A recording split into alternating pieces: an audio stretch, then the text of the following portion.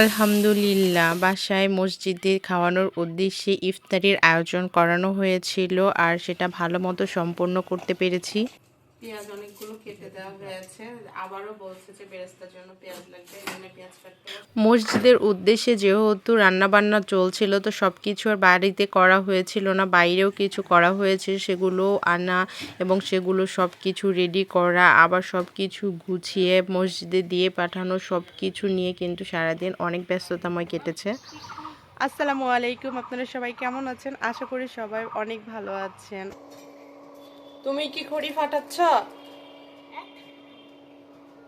কিন্তু হাত কাটে না যেন, হাত কেটে যাবে তো। একবার পা ভেঙে আছে, এবার হাত ভেঙে যাবে। হ্যাঁ, ইফতারি খাওয়া যাবে না তখন কিন্তু। আর বাবুর্চিতে যেহেতু রান্না করবে, এই জন্য বাবু চলে গেছে তার পাপার সাথে খড়ি সংগ্রহে, খড়িগুলো সবকিছু অ্যারেঞ্জ করে দেওয়ার জন্য। এই যে ছেলে আর বাপ মিলে চলে গেছিল বাইরে বাগানে। মা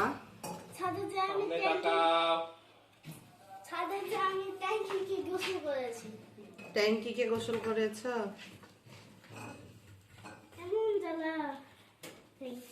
কালকে সিঙ্গারা মনে আছে।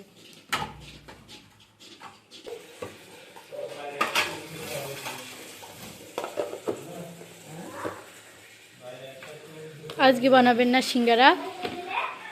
না,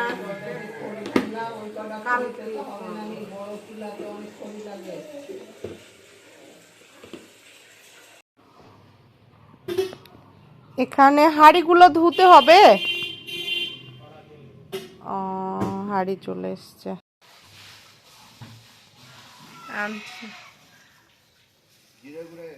যেহেতু বাবুর্চিতে রান্না করবে, বাবুর্চিরা চলে এসেছে এবং তাদের রান্না শুরু করে দিয়েছে। বাবু এবং বাবুর পাপা বাইরে ছিল, আমি একটু চলে গেছিলাম।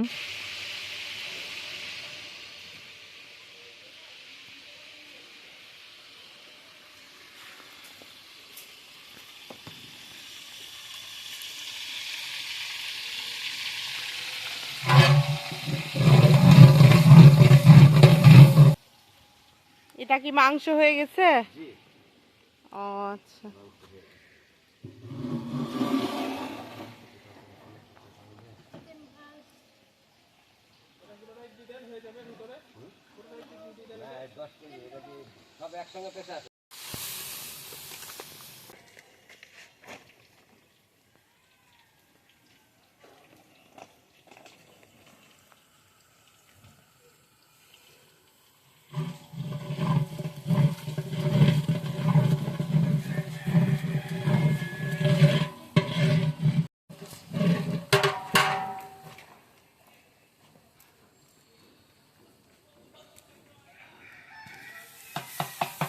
বাবা কি আগুন, মনে হচ্ছে আমার দিকে তেড়ে যাচ্ছে।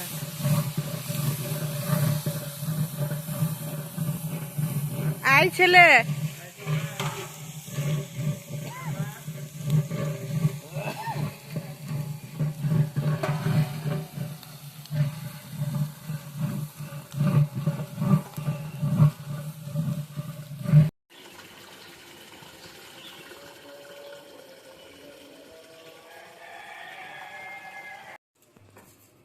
পেঁয়াজ অনেকগুলো কেটে দেওয়া হয়েছে, আবারও বলছে যে বেরেস্তার জন্য পেঁয়াজ লাগবে, এখানে পেঁয়াজ কাটতে বসে গেছি। আর এই যে আজকে যার যার সবার দুঃখের দিন, সবার হয়ে একটু কেঁদে নিচ্ছি। এইদিকে বাবুর্চিদের রান্না শেষ হয়ে গেছিল, তারা খাবারগুলো দমে দিয়ে দিচ্ছিল। আর ততক্ষণে আমি অনেক বেশি ব্যস্ত হয়ে গেছিলাম, এই জন্য আর বাইরে যেতে পারিনি। ভেতর থেকে একটু ক্লিপ নিয়ে নিয়েছি, যেহেতু অনেকগুলো খাবার বাইরে থেকে অর্ডার দেওয়া ছিল, সেগুলো আসা শুরু করে দিয়েছিল। আর সেগুলো গনে মসজিদের জন্য আলাদা করা, বাসার জন্য যাদেরকে আত্মীয়স্বজন ইফতারি দিব সবার সব কিছু রেডি করতে শুরু করে দিয়েছিলাম আমি।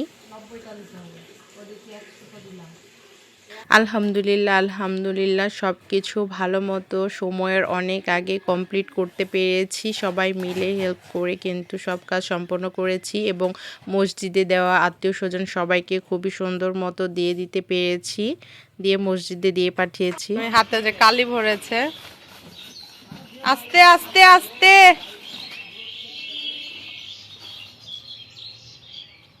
সব কিছু শেষ করে বাসার ইফতারি জোগাড় করছিলাম। বাসার ইফতারি সব রেডি করে নিয়েছি। তারপরে ইফতারি শেষে আমার মাংসের মশলা শেষ হয়ে গেছিলো, তো মাংসের মশলা আবার করে নিচ্ছিলাম। করতে করতে হঠাৎ কারেন্ট চলে গেছে, আর যেহেতু আইপিএসটাও কি হয়েছিল বুঝতে পারছিলাম না।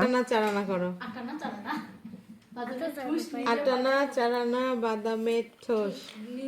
কারেন্ট আসার পরে আমাদের যে মামি বা বসে আছে সে মামি এসেছিল, আর তার সাথে বসে থেকে অনেক গল্প করছিলাম, খুব মনোযোগ দিয়ে সব দেখছিলাম।